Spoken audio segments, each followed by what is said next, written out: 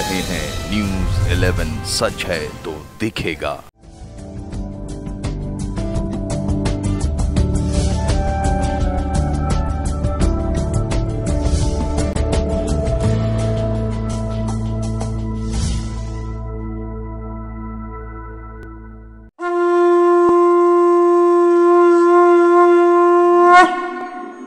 शिल्प ही परम पूज्य सर्वदर्शन लक्षणम च सर्व प्रमाण रूपाय साकार तत्त्वमेव।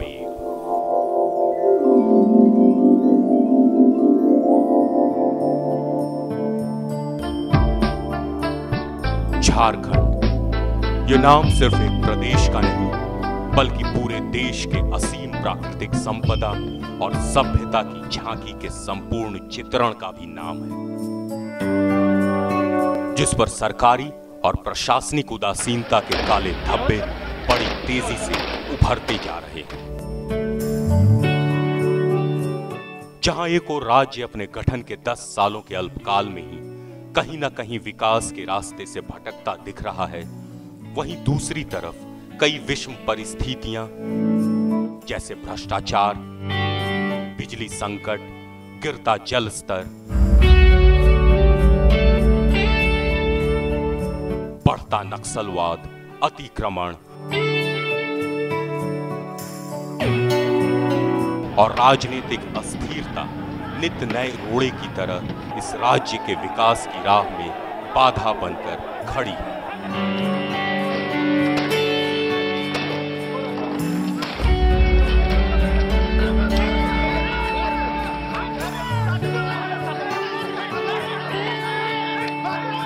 ऐसे में एक पत्रकार होने के कारण प्रदेश के ऊहापोह को अपने कैमरे में कैद करने और शब्दों में ढालने की व्यस्तता ने कहीं ना कहीं जीवन के उन मूल्यों से दूर कर दिया था जो कहीं ना कहीं हमारी जिंदगी का आधार है।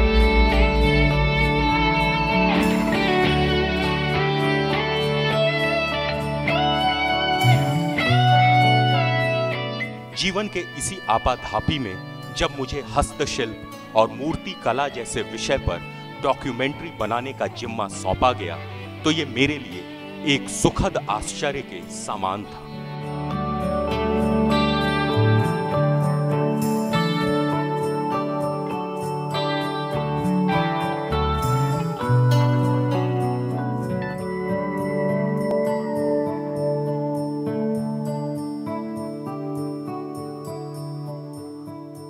निश्चित तौर पर यह हमारी संस्था से जुड़े लोगों की दूरदृष्टि और पत्रकारिता के लंबे अनुभव की ही देन है कि आज जहां ज्यादातर पत्रकार और मीडिया समूह राजनीतिक उठापटक और रंगारंग कार्यक्रमों को ही प्राथमिकता देते हैं, वहीं हमारी टीम अपनी मिट्टी, अपनी सभ्यता और अपने जड़ों को टटोलने की राह पर निकल पड़ी।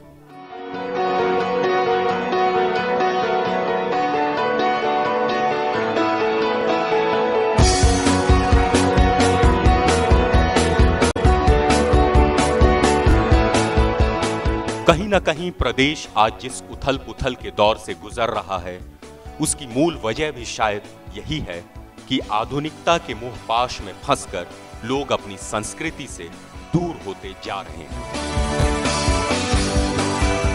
जल्द ही हमारी गाड़ी के पहिए हवा से बातें करने लगे और मेरे शब्द स्क्रिप्ट के आकार में ढलने लगे। हमारी मंजिल रांची से लगभग 45 किलोमीटर की दूरी पर बसे बुंडू अनुमंडल का एक गांव थी, जहां रविंद्रनाथ टैगोर के शब्दों में कहें तो जोदी तोरे डाक सुने केहू ना आसे तो बे एकला चलो रे की तर्ज पर एक महिला ने अपनी अथक कोशिशों को एक संस्था का रूप दिया और नक्सल से प्रभावित बुंडू अनुमंडल में भारतीय सभ्यता और सांस्कृतिक धरोहर को नए रूप में सजाने और संवारने के साथ ही सैकड़ों लोगों के जीविकोपार्जन का जरिया बनकर उस किरण की तरह उभरी जिसकी रोशनी की जरूरत आज पूरे झारखंड प्रदेश को है।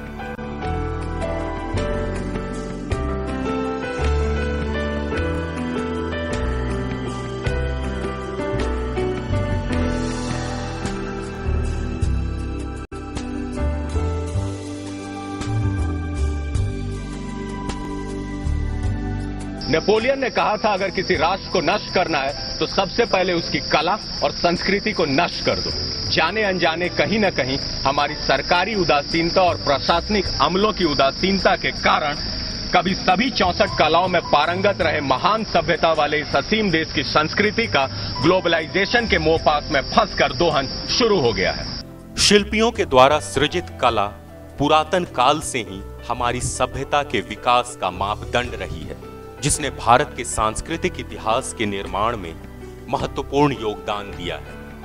भारतीय चिंतक मनीषियों के द्वारा शिल्प कला का अध्ययन किया गया, परंतु शिल्पकार वर्ग अपनी समृद्धि से हमेशा ही अछूता रहा। शिल्पकारों ने समाज को जितना दिया उतना ही समाज ने उनकी उपेक्षा की, लेकिन उसकी परवाह किए बिना ही वे निरंतर अपनी कला सृजनता से इतिहास का निर्माण कर विश्व को आश्चर्यचकित करते रहे।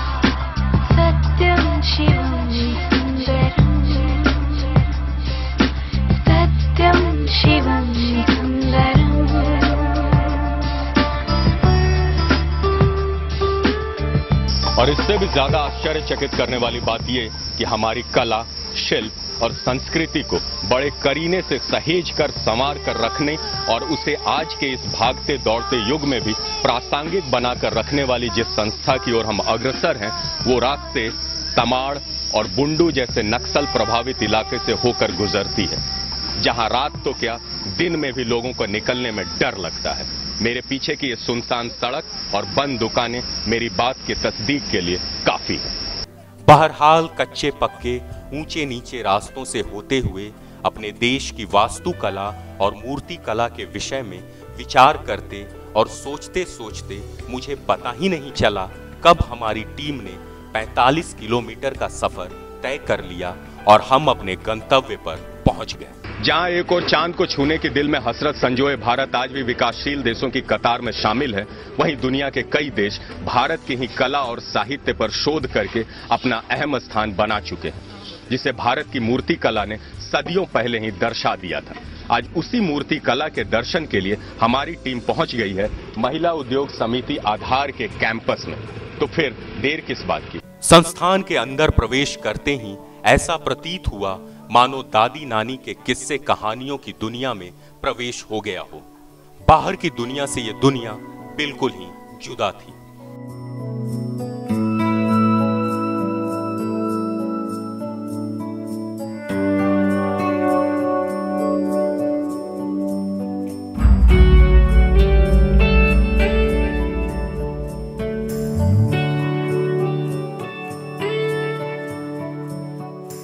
कहीं गुड्डे गुड़ियों की बारात सजी थी तो कहीं माटी की मूरत भी बोल रही थी।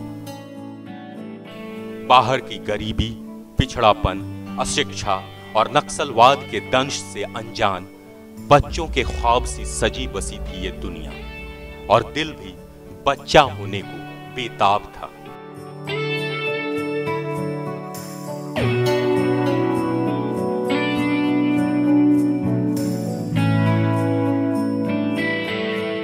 मुझको यकीन है सच कहती थी जो भी अम्मी कहती थी, जब मेरे बचपन के दिन थे चांद में परियां रहती थी।